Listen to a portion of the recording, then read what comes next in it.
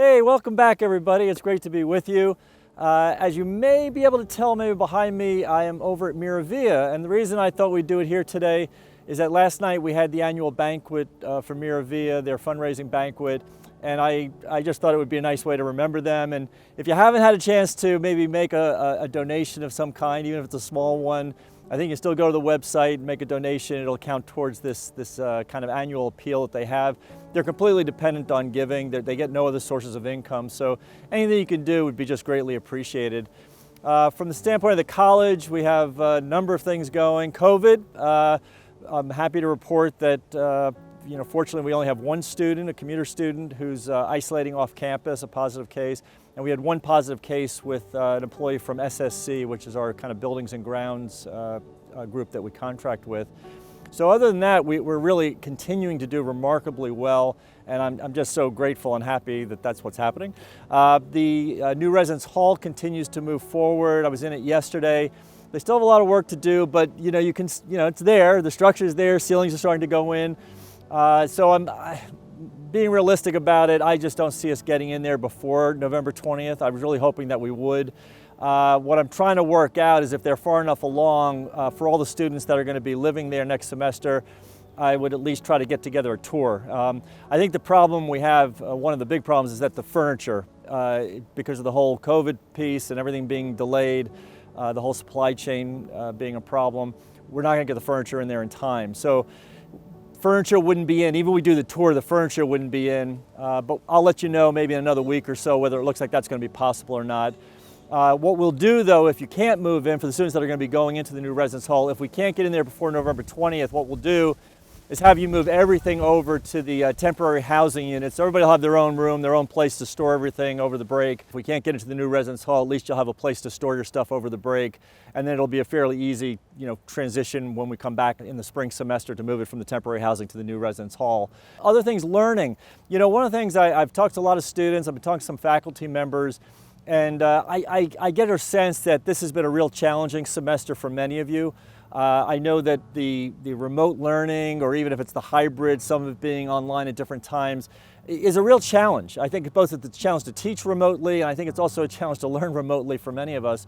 And so I really encourage you, and I know what I'm about to say, you'll feel like, a little resistant. If you are struggling in any way, if you're having a difficult time in your course, I beg you, go and talk to your advisor and talk to your professor.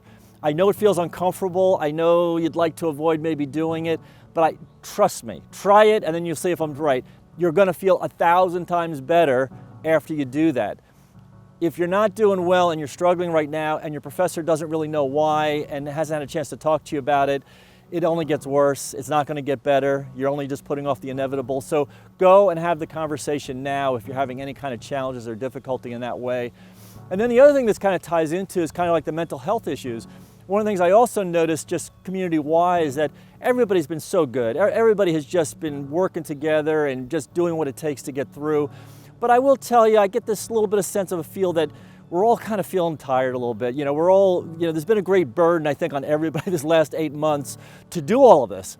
So although we're making these extraordinary efforts to make everything work, I think it takes a little out of all of us. So for any of you that may be not feeling right, maybe feeling a little depressed or anxious or anything else for that matter, don't hold that in. I mean, go talk to a counselor, talk to a coach, talk to a professor, talk to a friend.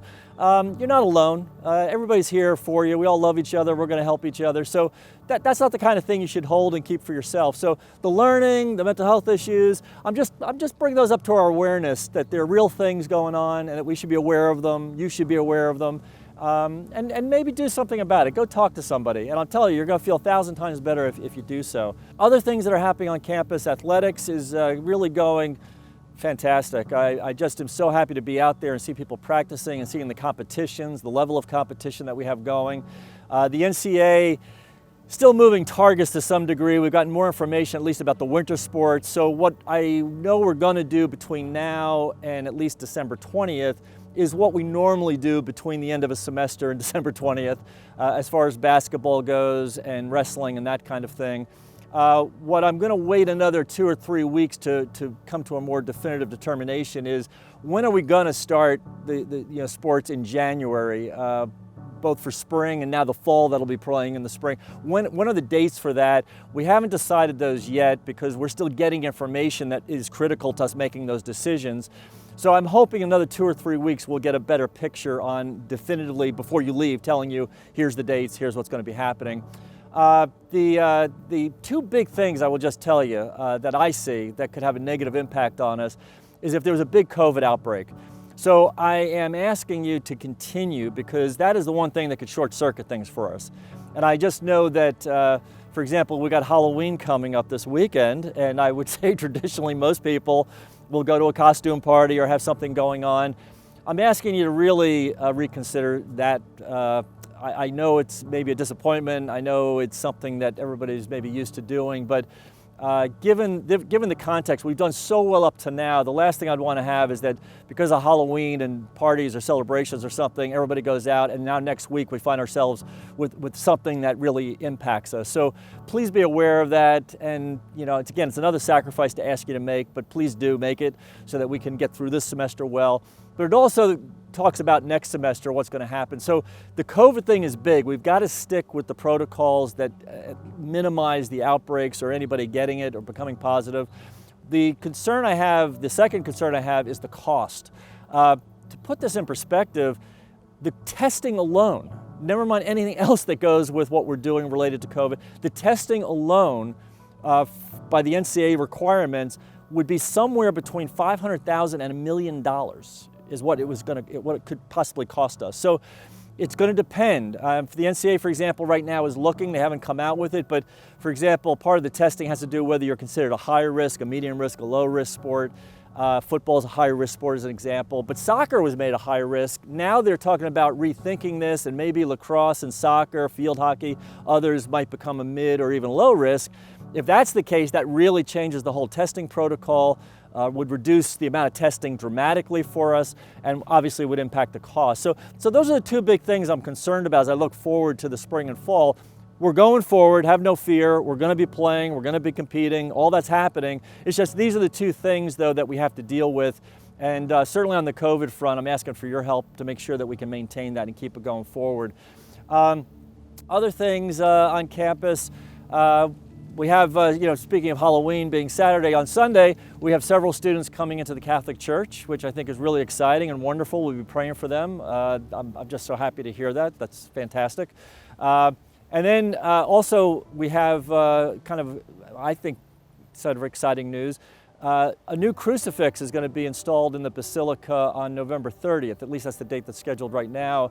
And I've seen photographs of it. It is beautiful. It is a beautifully hand-carved corpus from Italy, and really it's going to be exciting to see that. That's a big change. The crucifix that's been in there up till this time has been, I think, maybe close to 50 years or more.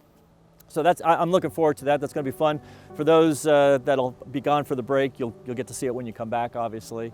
And maybe the final thing is that on Monday we have the Operation Christmas Child, and marvelous. Okone has just done a wonderful job with that, and his leadership has been great. If you haven't heard his story at this point, you should.